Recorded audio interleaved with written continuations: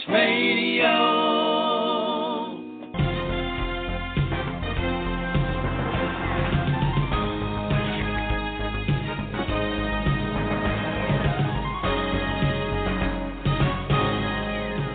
Hello there, welcome friends and soon-to-be friends. This is Your Kind Voice, the radio program where we interview inspiring guests about how to use their kind voices to make a difference in today's world. And as always, I'm your smiling host, the motivation champ, Dominick Domasky.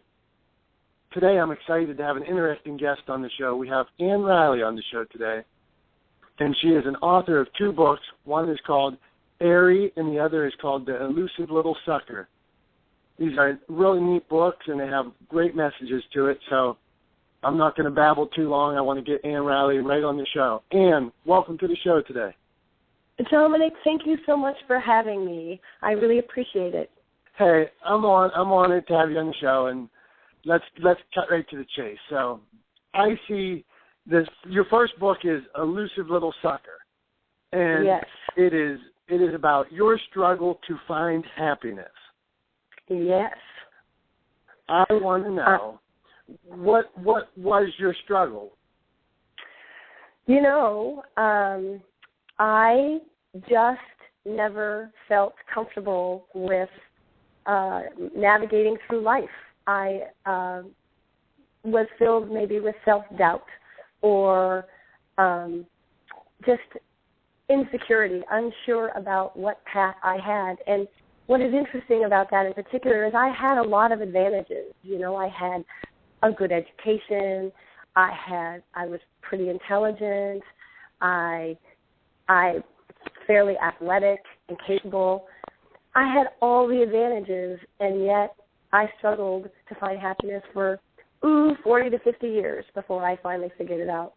And I just thought that was such a long struggle that I thought, it might be important to write these things that I learned down, and maybe somebody else might find it useful if they have the same experience or problem. Now, I was fortunate enough I got to go on Amazon, and they gave me a pretty good sneak peek of your book, Elusive Little Sucker, and I read some of the chapters, and me and you, I think, we're cut from the same cloth because minus me not having the intelligence and athletics that you said you had. I'm one of these guys. I probably have the lowest self-esteem around. So would you mind telling us, where did you come up with these stories?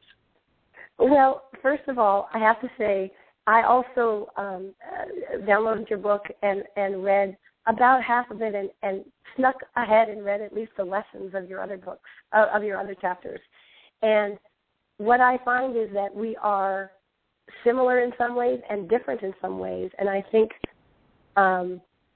what I notice is really different is that it sounds to me like you always knew what you were passionate about, and you just went for the things you liked, and you knew them, and you knew your head well enough to say, I love basketball. I'm going to play basketball. It doesn't matter how good I am. I'm just going to play because I love it. And the counteraction, I guess, on the other point, the difference in me was I was like, well, now, wait, I like basketball, but, you know, should I like basketball? Because, you know, it's just a game, and, you know, what's really important in life? And, you know what I mean? Can you see the difference between how I approached things and you approach things? You know, and I think that... No, I think you're right on. And so when you start penning, I know, for instance, I noticed even in your bio you talk about almost, I think you're a great writer. From what I read, I mean, these are top-notch books.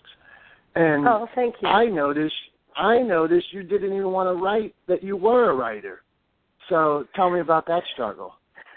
Well, you know, to me, a writer is somebody who is just smarter and more capable and doing all these things. It took me a long time to say, finally, you know what? You wrote these books. You're a writer. You know, I think it's just a confidence thing and a comfort level with myself. I had to finally say, this is what I'm about. These are my values. And I'm living consistently with my values, and therefore I can say this now.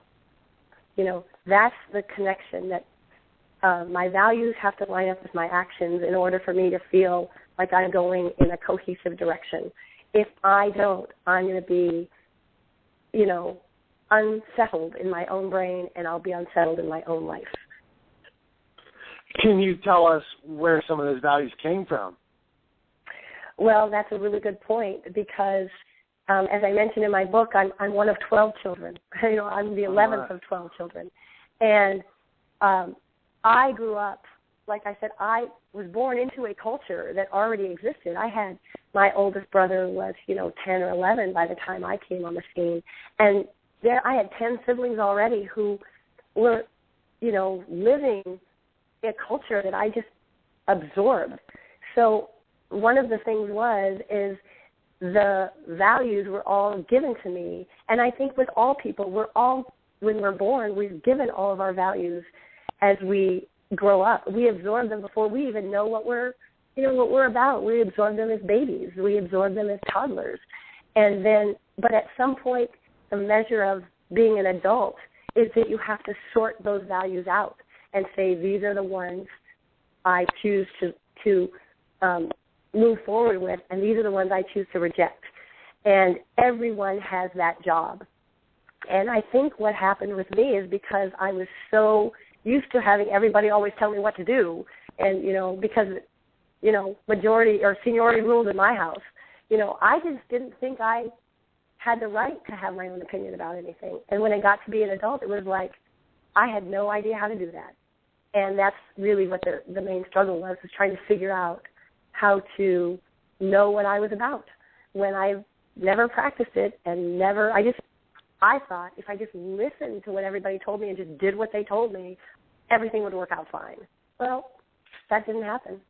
That's definitely a lesson that I feel I learned along the way. Like I saw my dad, he used to own a landscape business, and he worked hard all these years and worked hard, and things seemed to work out. He seemed to do great. And when I went into business, I thought, well, I'll just work hard, and everything will work out. And like you're saying, I learned that things don't always work out.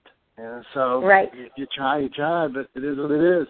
I want to ask, right. when I'm reading some of your chapters, you go back to a young age, and even at a young age, you almost seem to have like some kind of self-awareness that I'm probably still not mature enough to have. But you're like when you're 6 years old, you almost come off as like maybe you knew you were either different or maybe you felt like you were a little depressed. What do you think about that?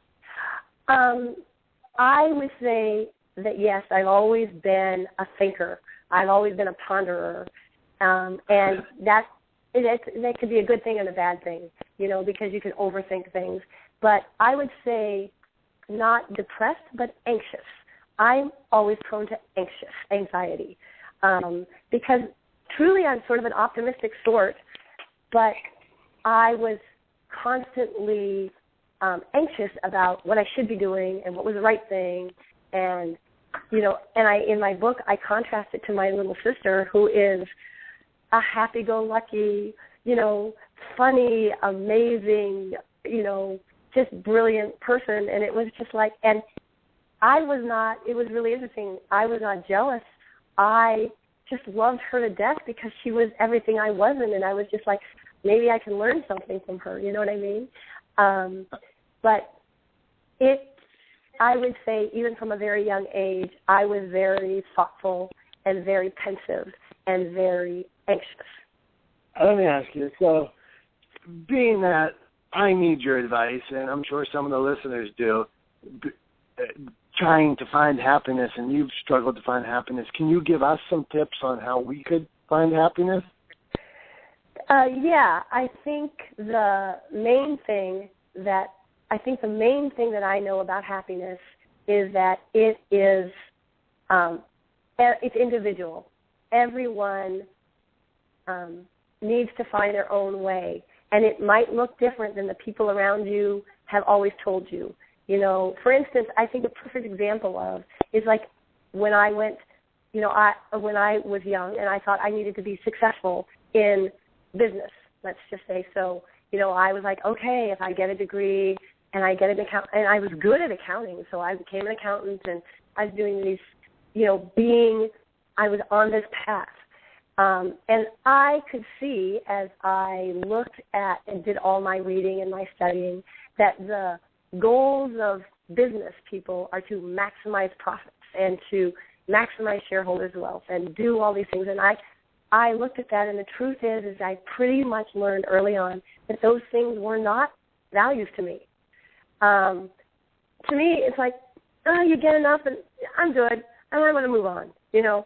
And it's a bad fit. And what I learned was I have to I have to identify what's important to me, and I have to do it, even if the rest of the world says this isn't important and you shouldn't do it. I need to be able to tell myself so that I can live with myself and have peace of mind. So I think that's the most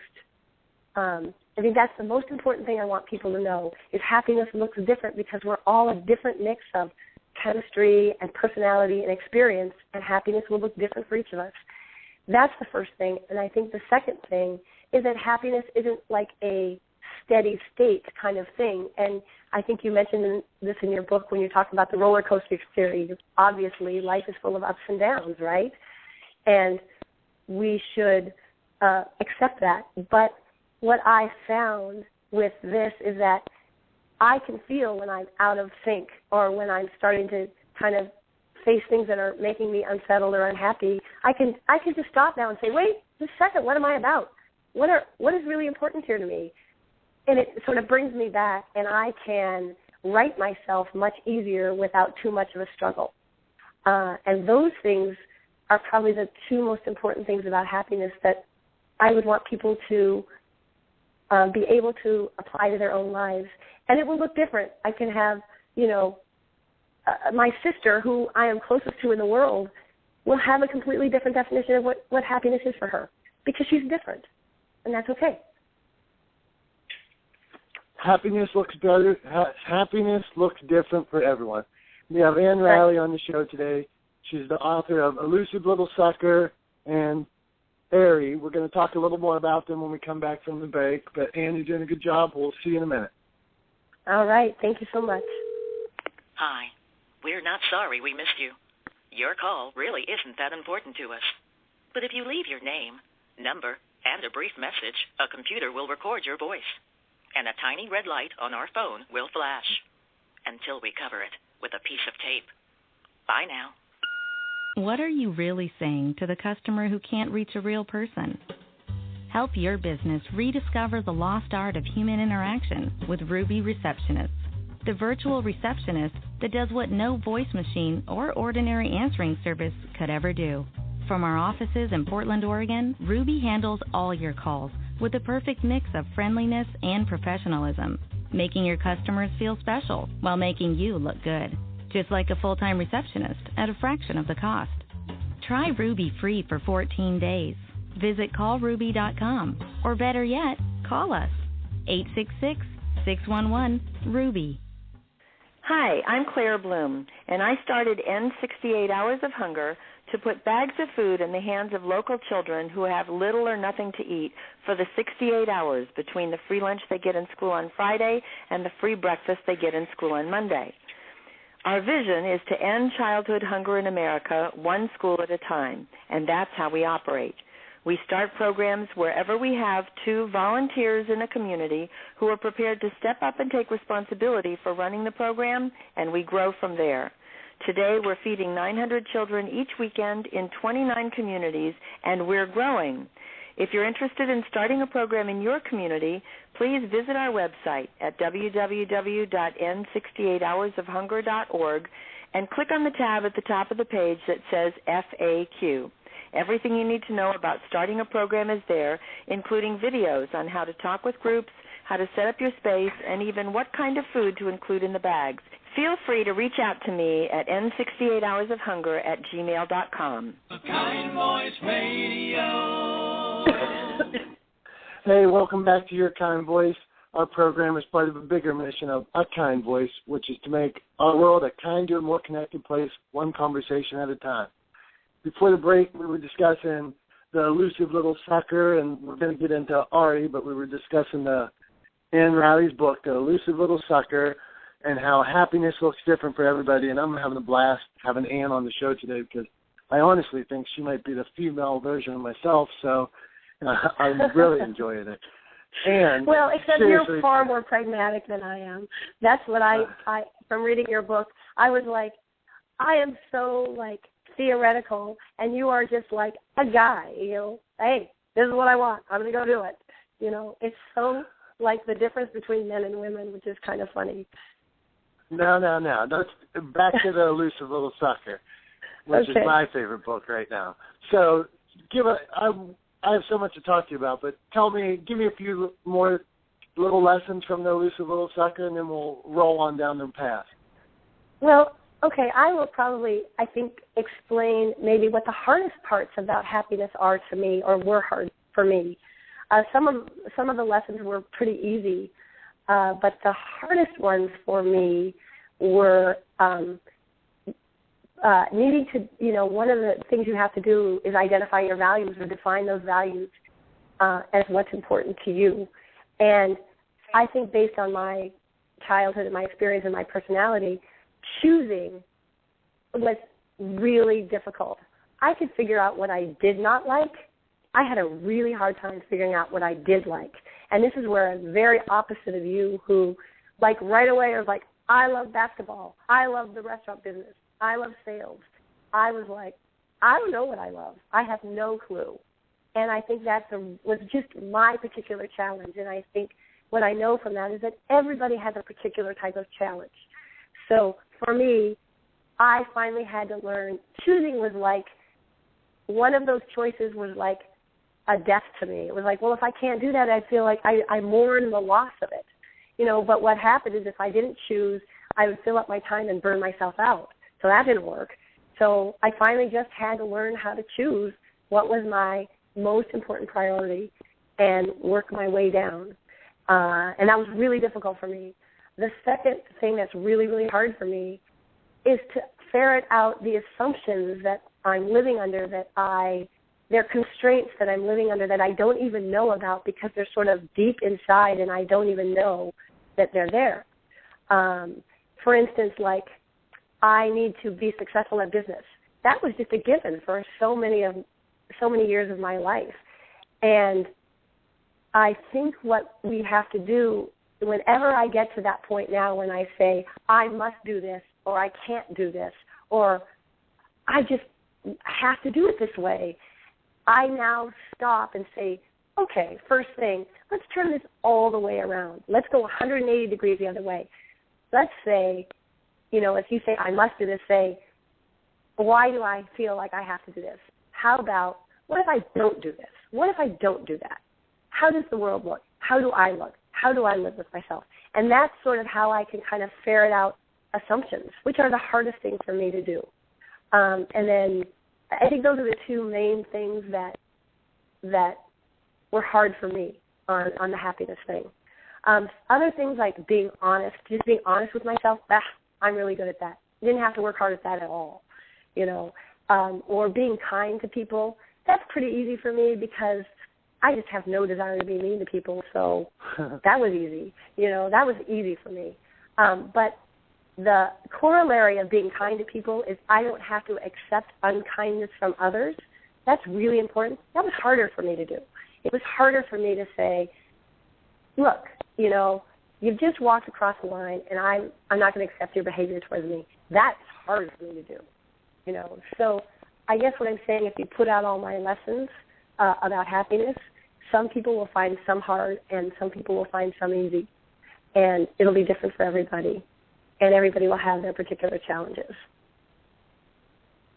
Right. So one last thing on the Elusive Little Sucker. If there was one thing, like a moral, a theme to the whole book, which I'm sure there's an underlining theme, let us hear it. It's my 5 words that I live by. Identify your values, live them. That's it. That will get you a long way. You'll have to figure out how to make it work for you, but that's the underlying key to happiness, in my opinion. Beautiful. Okay, Elusive Little Sucker. Everybody go buy it. Now, we got more important things to do. Move on. Ari. Okay. So you write this book, and you write a book about these lessons, and now you're going into a fiction work for the first time. What the heck? Tell me about it. Well, first of all, part of my values was to kind of find out what I was passionate about, and I finally chose writing. I just really dabbled in it a little bit, and I really enjoyed it. So to me, this is the commitment of my values, to say, I want to write. I have a few things to say. And Ari is a story. It's a high-tech, set in 1991. It's a high-tech kind of a, I think it's equivalent, and I've had some reviews that say it's like a John Grisham thriller in the high-tech arena. But it has a romantic element to it that is really meant, I think what I'm finding is that women, especially women who have been in the working world in any way, shape, or form, seem to really, really love it. Men are like, I'm not so much. I'm not sure what part of that exactly is the what's causing that reaction. But it's a pretty clear dichotomy. I get women who write me and say, oh my gosh, I could not put this down. And then I get men who are like, it's all right, So I'm not really sure. But the underlying theme is really, it's sort of a morality tale about business. And in the high-tech area, especially in the early 90s, it was clear to me when I was working, and it was clear to me in the world, where whenever we get a complex product where people have really a lot of knowledge about what they're selling, and they're selling to customers who don't know or don't have that knowledge, and they don't know what they're buying, the ability to exploit the difference and, make money off them, cheat them, do whatever, is really exists and can be a problem for the people who, are the customer who's buying it. And my idea was to just build a story and say, what if this happens? In this story, Liam Schofield is the kind of hero, and he owns a hiking boot company, and he's like, hey, I got this idea for software, and he pitches it to this big software development company, and the woman who will end up being his love interest, she looks at it and says, hey, that's a great idea. I'm going to go pitch it to my boss. And he says, hey, this is a great idea. I want to keep it for our own company. I can gild my way to, New York and, have a partnership and all this stuff. And immediately there's a conflict because Kara Larson, who's the heroine, is sort of in the middle, and she's like, geez, I've got a job that I've got to do what my boss asked me to do, but he's asking me to do something that's going to really hurt this other person, and it was their idea to begin with. And it's legal. So what do you do? And so that was the premise of the book. And it's like, what happens when you throw out all of these sort of big, sort of moral, ethical problems and then make people deal with them? And that's the underlying premise of the book. Fascinating. So yeah, does it sound like you want to read it? What's weird is when I'm doing all my research on you, and I see you got like 100 reviews on each one of your books on Amazon, and everybody loves it. So I think I could definitely get something out of this. Now, yeah. let me ask you, if the listeners want to get a hold of you, or they want to find out what they want to purchase your books, I want to buy it, where can we get it? Well, Elusive Little Sucker you can get on Amazon or Kindle, and pretty much all the other ebooks, iBooks or Nook or whatever. On Ari, I just went with Amazon and Kindle, but they're also available. You could go to any bookstore, and you could ask for them, and they will order them. They can order them on their Ingram site, so you can get them that way. But the easiest way is to just go to Amazon and order it. And the book, there's a paperback version and the Kindle version. And I think if you buy the paperback, you can get the Kindle for free. So it's kind of 2 for 1. if you do that. So perfect. And Riley, the elusive little sucker, and Mary, go out, get them both. She said that one may be more for women, but I don't think so. I think it's for guys too. Buy them both. But hey, okay. You said something we were chatting before, something I found really interesting about you, and you just said it in passing before we came on the air. You were telling me about this thing called Play It Forward. So besides for writing books and all that you're into, you also are doing this Play It Forward thing. What's this all about? Yeah, okay, so a little background is part of my happiness thing is to just find ways to live my values.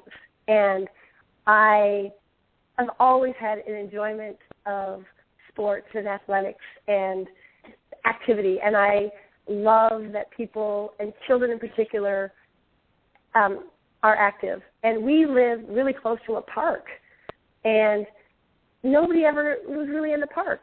And I thought, actually, and one day I came up and somebody had left a ball in the park, and they just wrote on it and said community ball. And it was a basketball, and they sat it next to the basketball court. And I looked at that and I said, that's interesting. And, my husband and I looked at it and said, it'll last a couple of weeks and somebody will steal it. And sure enough, 2 weeks later, the ball was gone.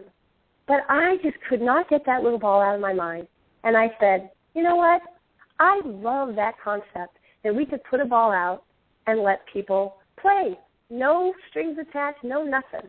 And so I went out and I bought a basketball, and when I labeled on it, I said, this is a community ball. Please leave the ball in the park. In kind of big, I took a Sharpie and just wrote it out, and we left it there. And it was remarkable. People came by, and they would look at the ball, and then they would, look around, and then they'd be like, okay, and then they'd play for a while, and then they'd put it back on the bench and walk away. And I was like, this is awesome. This is so cool. And we had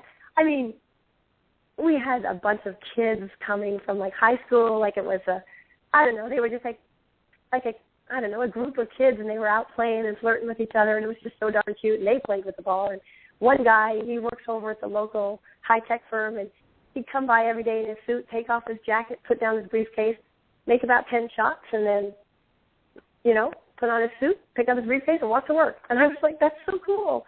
And it just became, kind of took on a life of its own.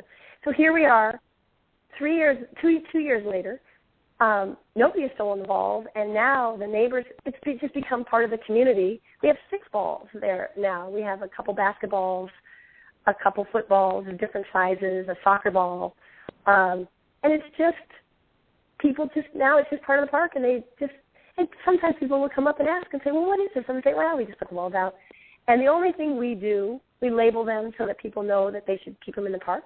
And the other thing that we do is take them in at night, because if somebody comes by in the middle of the night and bounces the ball, it makes a really loud noise and wakes up the neighbors, and that's not a polite thing to do. So we decided part of our thing is to just bring the balls in at night. And if the weather's really, really bad, we might not put the balls out. We just bring them out in the morning. So it gets us out in the community every day, just making sure the balls are there. And now, is there a website for this or anything like that? Yeah, I just built a website. It's no formal thing. I just threw the idea out there, and I did it with a website. So the website is called playitforward-us.com, because it turned out Play It Forward was actually a website that was quite popular for musical instruments for some reason. So playitforward-us.com is the name of the website, and you can go there, and it kind of just introduces the idea. And the one thing you have to realize, it's like anything in life. You put it out there, and the ball may get stolen. It may not work out. I like it. That's a good moral. You should write that one down. Yeah, you do. It's in there. And it's like, look, you know what? Sometimes it happens. That's just the way it is. And if you get a couple balls stolen, don't do it anymore, because it's not working where you are. And sometimes it will work, and sometimes it won't work. And the idea is, it just gives kids an opportunity to play. We have so many people in the park. There are so many people in our park now, and they are playing all the time.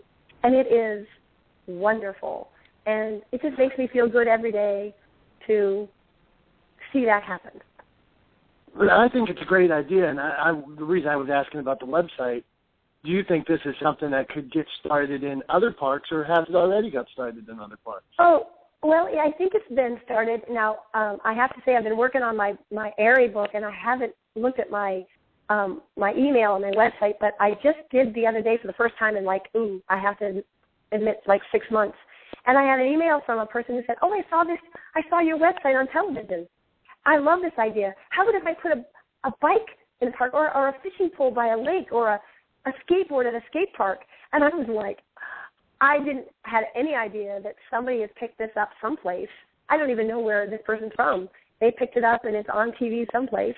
And I just wrote it back and said, these are wonderful ideas. People are so creative, and it's so affirming about people. And I guess my philosophy is that people are wonderful, and if you give them a chance to be wonderful, they are. There are a few who aren't, and that happens too. But for the most part, my experience is that people are wonderful, and just do things to help make everything great for them, or to help them play and enjoy life and be part of a community. And I love it when I see a 13-year-old kid go out and play with that ball and play, and then put it down and walk away. We think of kids being like, they just steal stuff and do stuff. Nope. And if you give them the opportunity to be fabulous, they just might surprise you and be really fabulous. Hey, I think you're fabulous. You're inspiring us in all different kinds of ways, from doing nonfiction to fiction to putting balls in the park. We talked about the elusive little sucker. We talked about Airy. Mm-hmm. One more time, thank you for being on, but one more time, where could the audience get your book? Amazon.com is the best place to get those books. Amazon.com, we're going to do it. And we appreciate you being a guest on the show. You have been fabulous. Thank you. Oh, thank you so much. This has been so enjoyable, and I must say that what a treat that this idea of the Kind Voice Radio is just also an affirming thing about looking for the goodness in people, and it's wonderful, and I'm just pleased to be a part of it, and I'm so glad that these things like this exist out there for people to just get ideas and do things that are just good for being a human being in the world. I like it. So thank you so much. Hey, you're the best. Thank you. Hey, it was great having Ann on the show. We're going to have her back on because she's so positive and says nice things about your kind voice and our kind voice, but just has so much interesting stuff to say. If you'd like to be a guest on our program, please go to www.kindvoice.org/guest-information and tell us about how you use your kind voice to make a difference in today's world. I'm the Motivation Champ, Dominick Domasky, and if you'd like to get a hold of me or have me speak at an event, purchase my book, Don't Double Bread the Fish, look me up at www.motivationchamps.com. I sign every book that leaves there. Or you can also find me on Amazon.com and BarnesandNoble.com. And it was so nice having her on because, seriously, Ann Riley does so much for other people. She inspires through the elusive little sucker. She's writing nonfiction, Airy, and then putting balls in a park. I mean, just a great person overall. I hope the audience will support her. But one of the things she said today that I really, it just hit me is happiness looks different for everybody. Define your values, find your happiness, but your happiness isn't going to be the same as somebody else's, and it might not be the same tomorrow as it is today. Hey, remember, like I say, I'm going to say it again, I say it every time. Until next time, if you get knocked down, get back up and keep swinging.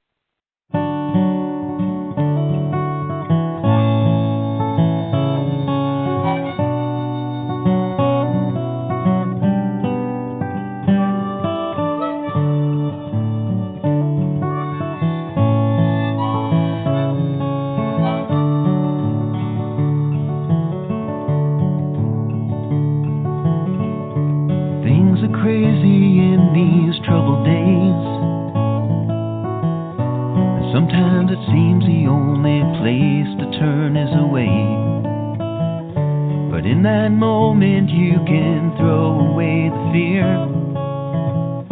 'cause someone else can be just what you need to hear. With a kind voice, a few kind words, an open ear for when you need to be heard, a warm heart. You can make that choice to find a kind voice.